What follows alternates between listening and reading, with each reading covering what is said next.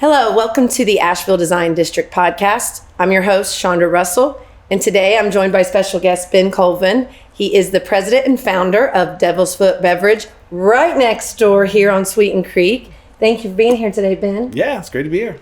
So tell us the journey of Devil's Foot and how you guys ended up right here on Sweeten Creek.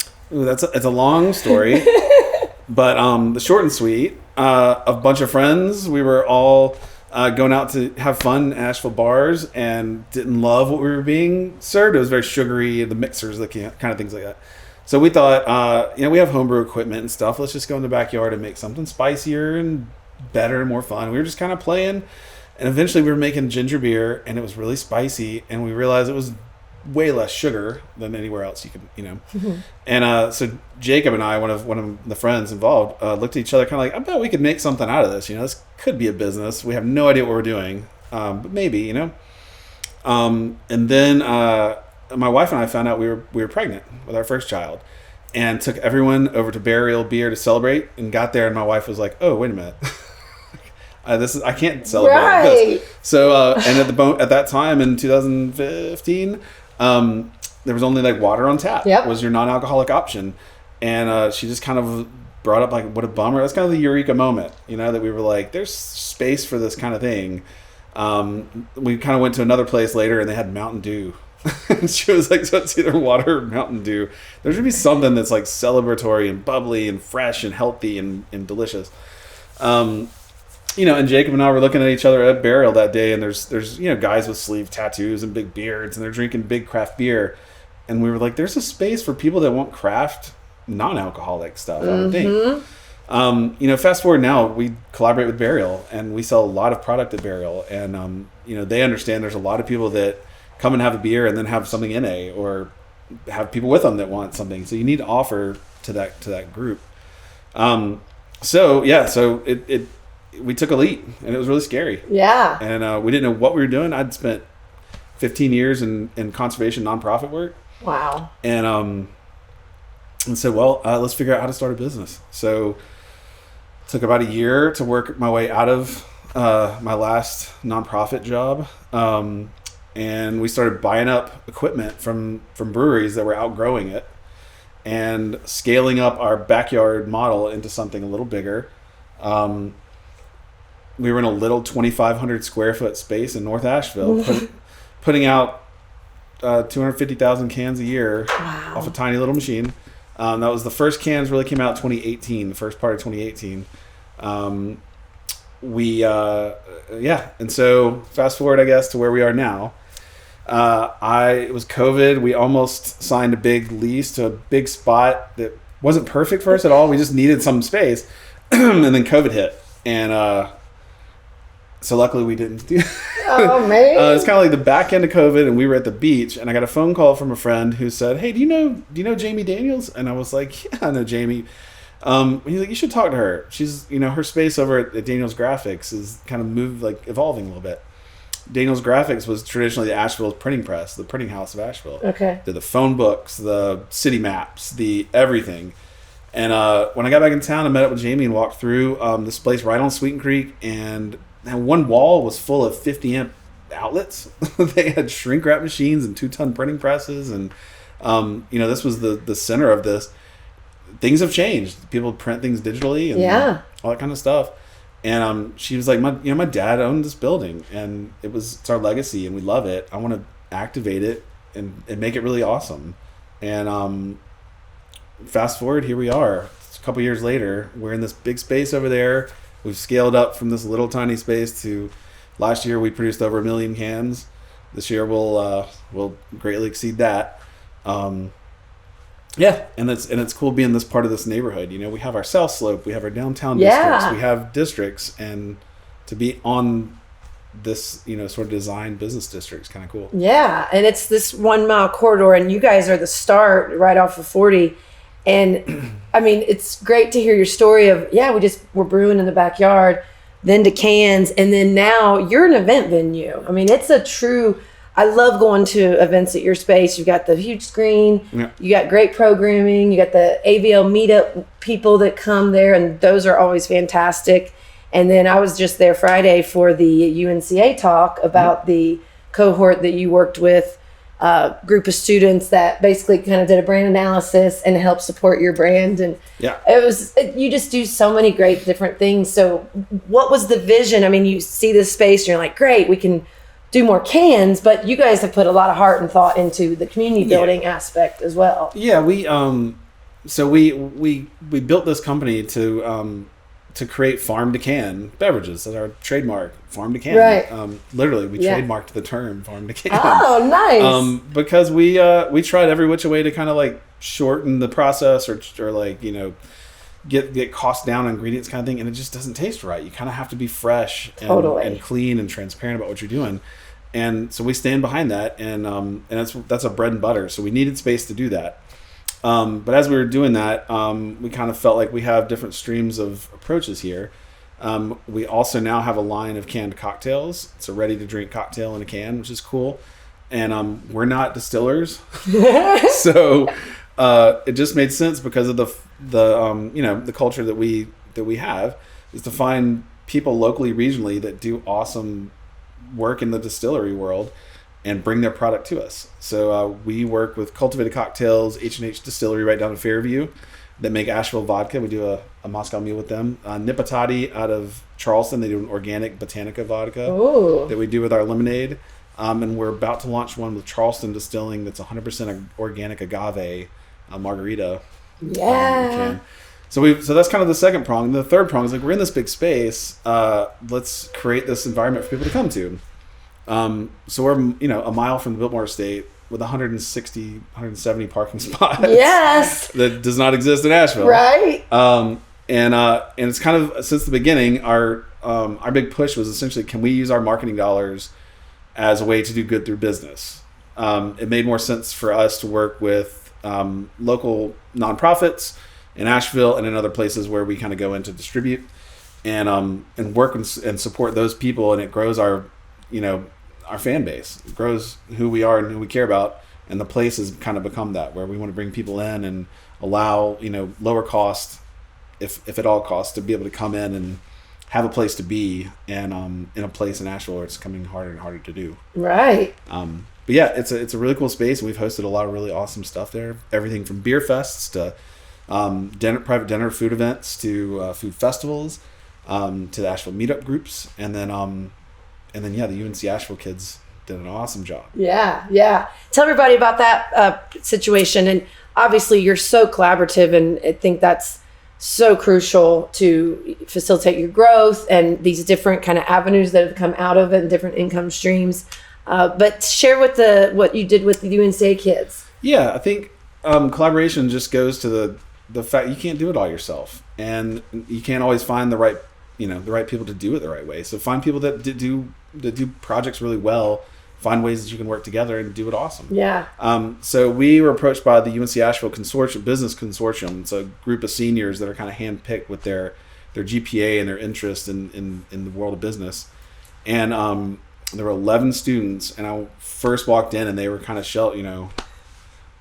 didn't know where we were going with this, and I was just trying to gauge their interest. Like, what do you want to do? So I think you walk into a room and you say, here, do this really boring thing for me. And they don't want to do that.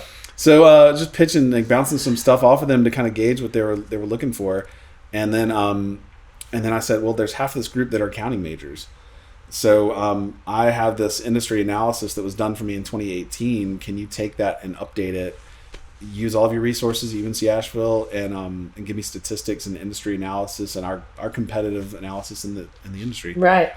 And they knocked it out of the park. One of them was having trouble getting a hold of some data, so she drove to App State to use their system at App State. Wow. So they did a great job of updating a lot of market research. And then the other half were really their eyes lit up that I said, something I'd also love. Creative graphic content is a big deal. Yep. And we have no shortage of things to say, but what I would love is just volumes of content, images, videos, anything. Yeah. I go, what does that entail? Well, I'll just bring you a ton of cans, and you guys do stuff in the quad, go hiking down by the creek, go to the beach, whatever you're doing, And And they said the first 2 weeks they were doing those pictures where someone's holding a can and smiling. I realized that cracked me up when they said that. Pretty funny. So we realized pretty quick that's not what people want. And as we're looking through, Instagram feeds, no one's doing that. So they kind of it was a teachable moment to, hey, we focus on interaction with the product, not just a can or something. Right. There is a big aspect to our design and what we portray out there, but it's how do you interact with the product. Yeah. So they created this whole big volume of content. There were 300 something finalized edited photos and videos. There were some really great ones they showed. Yeah. It was pretty cool. And also just to culminate the project, to sit up on stage and have to give an oral presentation. This is coming from a class that graduated during COVID, so they didn't walk across the stage for their high school graduation. Mm-hmm. So, and then they had to kind of go through college at the end of COVID. So I was just trying to, how much experience do you have in public speaking? They're well, there's a lot of Zoom. That's not the same. It's different when you're on stage in front of a lot of people, and they did great. They did really great. And and so I've already from that event, I've had a couple businesses reach out saying, "Can you connect me? I'd really like to do this with the school next year." So, yeah, I love it. And I mean, all the businesses up and down, there's at least 100 really in this kind of radius where we are. Mm-hmm. And yeah, I feel the same way. I'm like, sign me up. You know, it's great. And they spent the whole semester working on it. Mm-hmm. So cool. So from the beginning with Jacob and some of your leaders, did you always know we're going to be super collaborative? We're going to go talk to Hillman, and we're going to go talk to Highland, and we're going to go talk to Burial and all these places. Was that from the get-go in the business plan? Yep. Yeah. Very much so. Yeah. There's a sense that the rising tide lifts all ships. We wanted to make sure that as we went into these places, the genesis of our business was to not come in and compete with beer in Beer City, but it was to complement beer. Right. So we wanted that people are going to your brewery to have something you put a lot of care and effort and craft into. A box of sparkling water doesn't speak to your consumer. So we're not, so it just felt very much we're in the same sort of path. We're in the parallel lane with these folks. Totally. And we use a lot of the same equipment. We run off a 10-barrel beer house, like beer brewing beer house. We use a lot of the same processes, and it's a pretty easy way to collaborate. So not just having stuff in their tap rooms, but we bring stuff in our tap room now too. So we have 20-something taps at the Mule that are either our products or North Carolina beer. We really try to reciprocate a lot of that. And then we work with a lot of the breweries through our Zero Proof series. That was our way of saying, can we take riffs on a modern cocktail that you would think of and make it non-alc? The example we brought was Burial. Yeah. We did that in Negroni. They do a fortified wine side of vermouth kind of thing. So we were like, what if we did something like that? Let's do a Negroni. And the first one we did was so spot on Negroni. It was like, it would dry out your cheeks back there. And we were like, I don't know how we hit that so right, but it tastes just like the cocktail. But does anyone want to drink 12 ounces in a can of that kind of product? So it kind of was like, yeah, you got to rewind that then and kind of rebuild it and say, let's craft this recipe to feel more of a riff on a Negroni. When you taste it, I think it's a Negroni, but it's something refreshing that you can drink a little more of than that.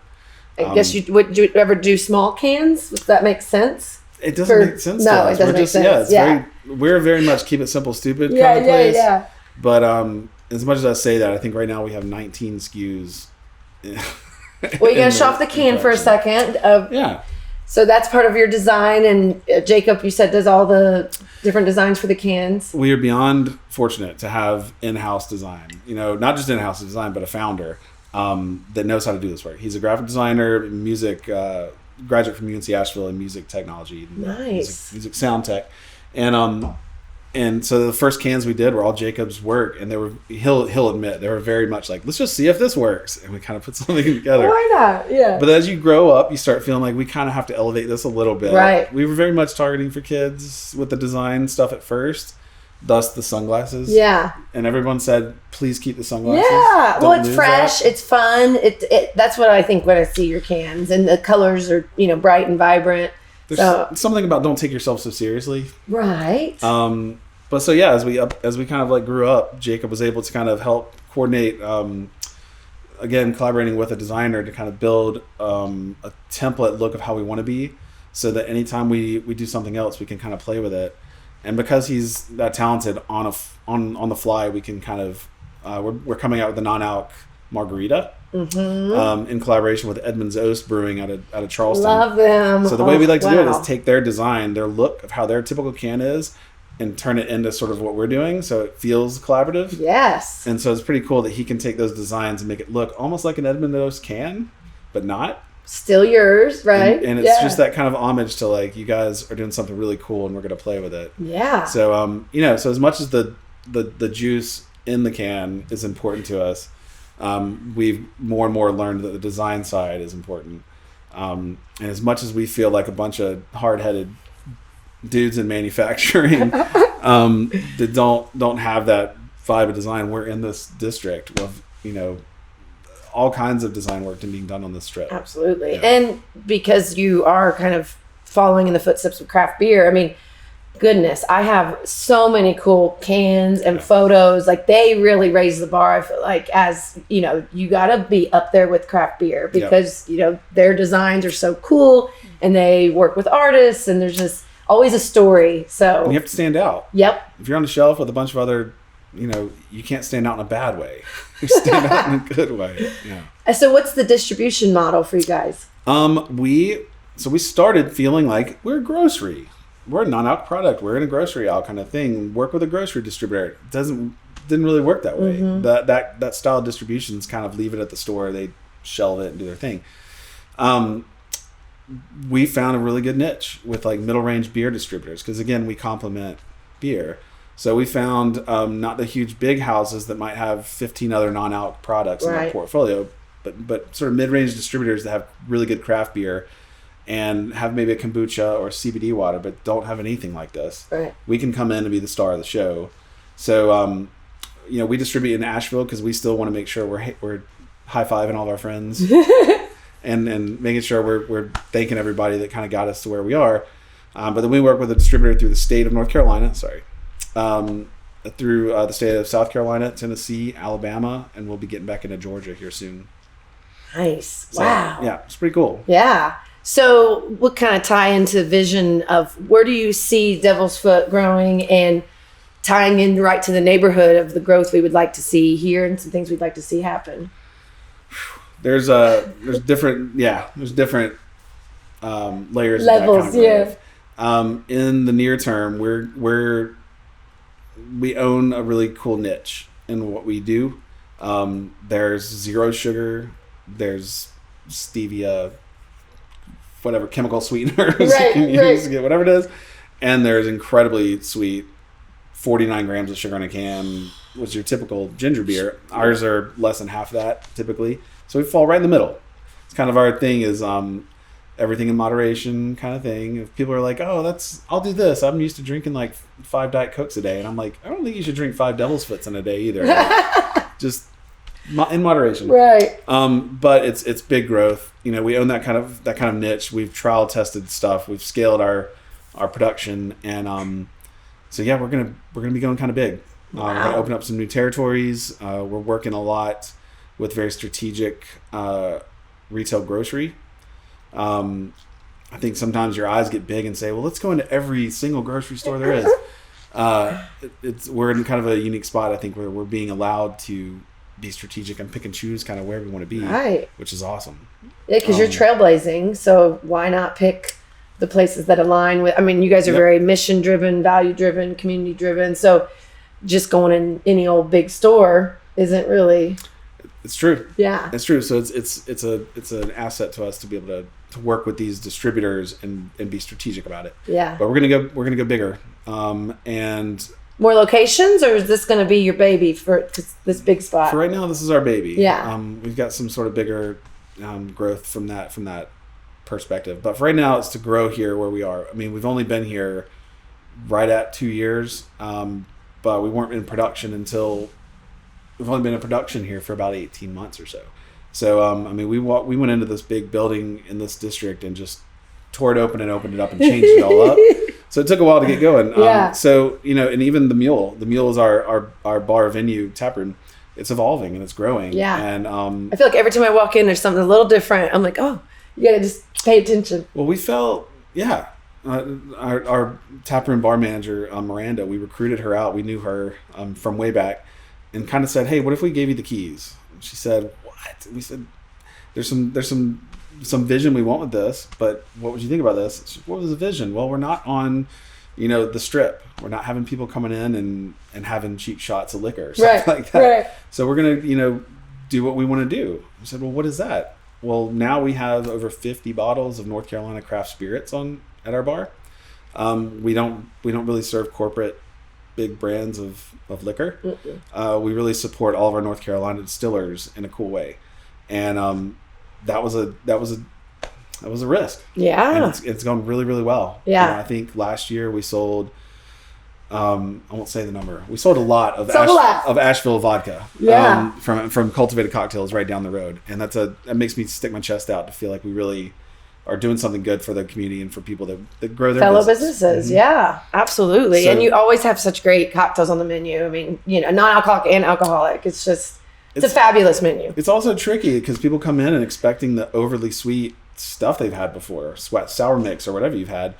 Our margarita is 100% agave tequila.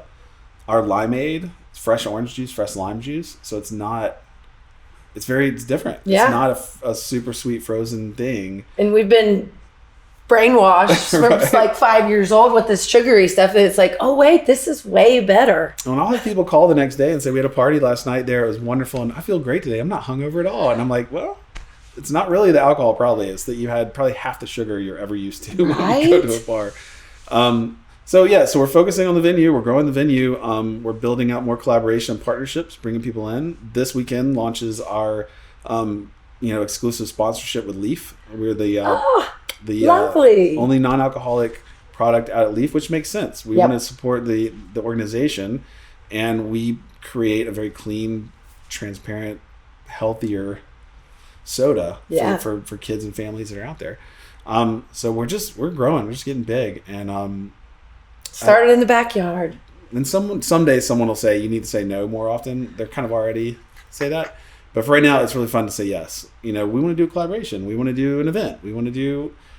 What's the back and forth? Are you reaching out more, or are people coming to you more now? A lot of both. Yeah, a lot of both. Yeah. And a lot of people, I think this community we're so lucky to be in, we realize that we are where we are now because of our community. Yeah. So how do we give back? How do we continue to help and grow our community? And more community members are seeing that too, of all the support in this community. How do we reciprocate that and keep it local? Yeah. I think people definitely know that you guys have big hearts and you're doing a lot of great things. And I mean, Leaf is so wonderful. So you guys will be out there this weekend? Yeah, this weekend. Yep. And in the fall. Yeah. And we'll probably do some really cool stuff in the fall with it. Ooh, yeah. Teaser. The weather this weekend is high 60s. Cannot wait. It's gonna be so nice. Yeah. Yeah, I love Leaf. So yeah, lots of events, lots of partnerships, lots of growth. We've got some other collaboration zero proof cocktails coming out.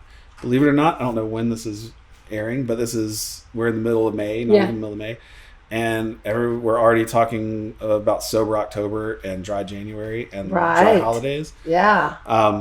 It's becoming more of a thing. The UNC Asheville students, all of their research was showing how Gen Z drinking habits. Those stats, you're like, oh, wow. And for our brewing brethren and sisters, it's not great. We're showcasing as much as we can. We have a beer event in June. We have 2 beer events in June. Nice. At the Mule. We want to still support these businesses and grow them, but we want to make sure we're providing, what we can within our market. Yeah, and there's a movement for Sober Curious, and that's nothing against any, alcoholic beverages, but it's important. I have a friend opening a Haywood Famous on Haywood Road. It's a coffee sober shop. They're going to do night, events, and got to hook you guys up because I'm sure she would love to have your products in there because they're doing no alcohol. And you see that. I mean, I think we have several venues like that in town. So, but I love how you guys have been able to kind of straddle alcohol and non-alcohol, and you started with the non-alcoholic vision, but like you said, when it's these great mixers that are flavorful and less sugar, it's like, oh, why wouldn't we go into that too? Yep. It just makes sense. And I didn't know that you were so focused on just North Carolina products, so it's really awesome. Yeah, we are part of the North Carolina Distillers Association, and we are part of the Asheville Brewers Alliance. So we kind of have, like you said, we straddle this world, which is pretty awesome. Yeah. It's if you looked around at some point and felt like you were totally in a silo all by yourself, that would probably not feel great. Right.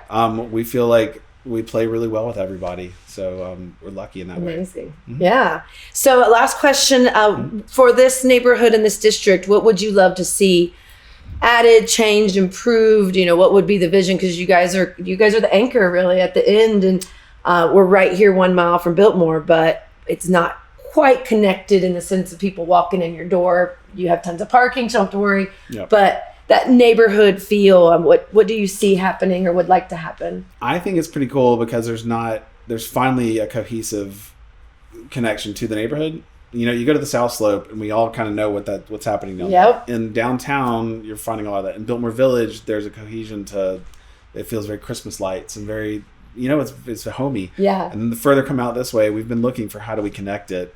So the fact that the conversations are happening and the movement's happening is pretty cool. I saw this last podcast episode as well, but we've been doing creek cleanups and sweeps down that way. It is going to take some work. The more development that's happening south of us, the more that Sweeten Creek, the Swannanoa, and the French Broad are getting all the runoff. Impervious surfaces are fewer to find. So yeah, I think we're going to have to put some effort behind that. Right. But I don't think it's not doable. Yeah. Further down at the very end of this, where French Broad Brewing and Eterine are, there's a trash trout that Asheville Greenworks has put in. Oh. It's a really cool little pontoon boat that lives in the creek and catches trash as it comes down. Nice. So I haven't noticed. It's kind of hidden because I don't think they want everybody messing with it. Right. But it's a beautiful thing. It doesn't affect the fish or the wildlife, and it's catching all this, any kind of trash or anything that's been washed off before it ever gets to the river. And that's at the very end. So there's all this room for us to do stuff up this way. So I think I think the conversation between all these businesses, even though we're all very different, there's a lot of commonality. Yeah. And I think we could find the right ways to really, brand the district and make sure people understand what it's like to come down here. Right. What the vibe is. Love it. And we'll have to organize some community cleanup days and meet in your parking lot. And any day. Yeah. Yeah. Yeah. That's awesome. Mm-hmm. Well, thank you so much, Ben. I appreciate you being here today. And thank you for watching the Asheville Design District podcast.